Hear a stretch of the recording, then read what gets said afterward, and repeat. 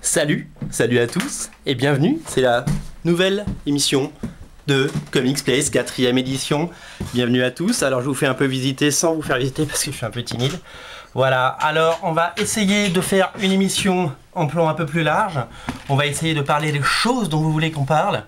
Donc j'ai bien lu vos commentaires, merci, vous êtes des centaines à me regarder. Ben continue. Alors, c'est la canicule, on ne meurt pas de soif, on appelle son grand-père et sa grand-mère pour savoir comment ils vont. Je compte sur vous. Aujourd'hui, beaucoup de choses aujourd'hui. On devait faire une émission VF, mais en fait, il y a tellement de choses qu'on va parler de tout ce qu'il y a. Qu'est-ce que je peux vous proposer? Comic Box, qui est sorti cette semaine, ou la semaine dernière d'ailleurs, mais moi je l'ai reçu lundi. Comic Box, le dernier numéro, le numéro 60. Qu'est-ce qu'il y a de bien dans ce numéro? Il y a une interview de Arthur Adams en direct du Comic Con de San Diego. Il y a aussi Joey Kelly, Billy Winningham, Stefan Sejic de Witchblade. Une histoire inédite des New Avengers X-Men écrite par Robert Kirkman, pas complètement indispensable. Beaucoup de news, beaucoup d'interviews, des pages contact de Jock, vachement bien. Donc Comic Box, c'est bien. Abonnez-vous, parce que quand vous abonnez, du coup, c'est pas cher. Et ça reste quand même le journal de référence. Donc voilà, lisez-le. Vous le voyez bien, parce que là, il paraît que je prenais la moitié de l'écran, en fait, la dernière fois. C'est pour ça. Voilà.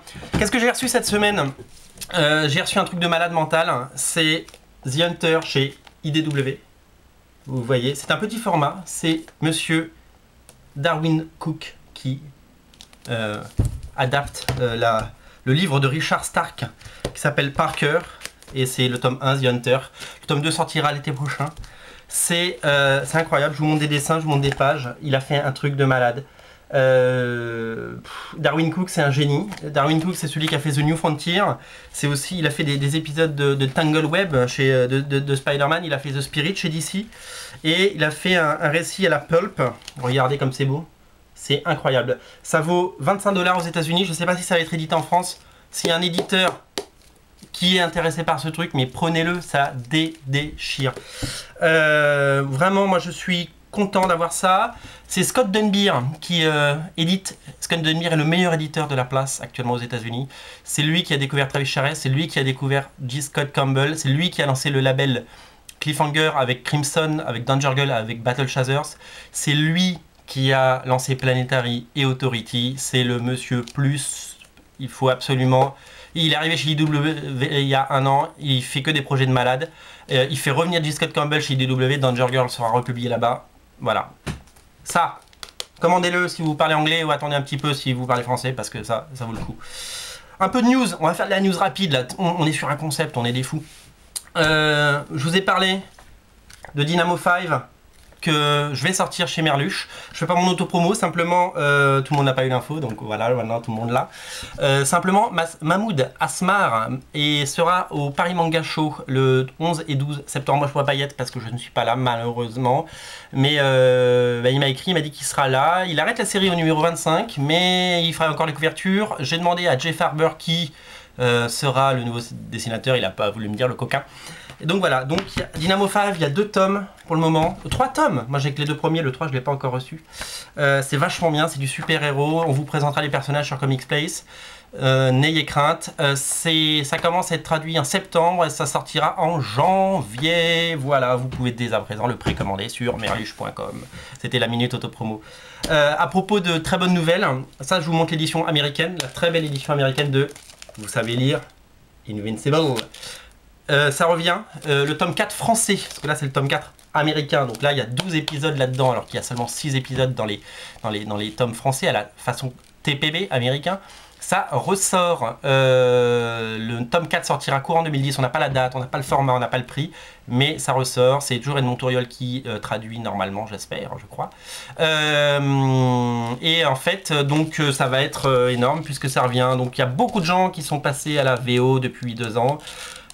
Faites comme moi, rachetez le 1, 2, 3 en français et offrez-les et faites découvrir cette série parce que c'est super bien écrit, c'est aussi bien, voire mieux que Ultimate Spider-Man, sauf que là, pour le coup, c'est différent et c'est Robert Kirkman de Walking Dead qui scénarise avec au dessin Monsieur Ryan Otley au début et Cory Walker, non l'inverse, c'est d'abord Cory Walker sur les 6 premiers et après Ryan Otley, 2 très bons dessinateurs.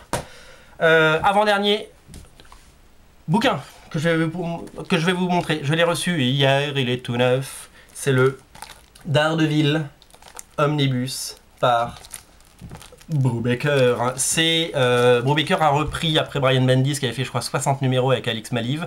Ils ont sorti un omnibus sur Bendis, ils font un omnibus sur Brubaker, ils vont compléter les deux séries. C'est un peu bizarre, la politique éditoriale sur les omnibus, c'est un peu compliqué, mais voilà, je vais pouvoir faire un petit câlinou avec mon nouvel omnibus et on va apprendre à se connaître si vous voyez ce que je veux dire. C'est génial, c'est Michael Lark au dessin, je peux vous montrer un petit peu, allez, on n'est pas des bêtes, voilà, c'est très dark. Bendis avait fait un run de folie sur la série et Michael Lark a fait encore mieux, Ed Brubaker a fait encore mieux. C'est génial, Daredevil c'est la série qu'il faut lire depuis 10 ans maintenant, c'est génial, tout simplement génial. Donc voilà, donc, je vais me relire ça ce week-end ou je sais pas quand, mais je suis bien content de l'avoir reçu. On termine, parce qu'on va essayer de faire des émissions en dessous de 11 minutes comme la dernière fois. On termine par ça. C'est le sketchbook de Monsieur Humberto Ramos que j'ai ramené de San Diego. Il doit y en avoir certainement encore chez nos amis de Pulps. C'est en fait la compilation, pour vous, la compilation des dessins, des commissions qu'a fait Humberto Ramos. Hop, par exemple Mary Jane, par exemple Spider-Man. Et c'est plutôt pas mal. Regardez son Captain America comme il est beau. Et voilà, je sais qu'il y a un Colossus, faut que je vous le retrouve, il est trop bien. Son petit Colossus, voilà, c'était juste à côté. J'adore son Colossus et je me dis qu'il n'a pas assez dessiné les X-Men et que c'est lui qui aurait dû être sur Astonishing X-Men à la suite de Simone Bianchi. Mais peut-être y viendra-t-il un jour. Donc voilà, ça c'est super bien, c'est signé, vous savez, par Monsieur Ramos, qui est super sympa, que j'ai rencontré. Très belle moustache. Il est super cool. Je vous conseille, si vous avez l'occasion de prendre ces sketchbooks, de les acheter et de les chérir. Donc voilà, donc si vous avez des questions, n'hésitez pas à me les laisser en commentaire. Si vous voulez qu'on parle d'un truc spécial, pareil, commentaire. Merci d'être de plus en plus nombreux à regarder cette émission. Vous êtes des centaines, comme je l'ai dit. Donc il y a eu des questions aussi sur est-ce qu'on peut reprendre ta vidéo? Mais reprenez-la, podcastez-la, mettez-la sur tous vos blogs, sur Facebook. L'idée, c'est que on diffuse la bonne parole. Il faut que les gens lisent des comics. Ah, où est mon chat? Il s'est caché, il a disparu. Il a eu peur de la caméra. C'est normal, il a un petit peu timide. Messieurs, dames, à votre bon cœur. Je vous souhaite une bonne semaine.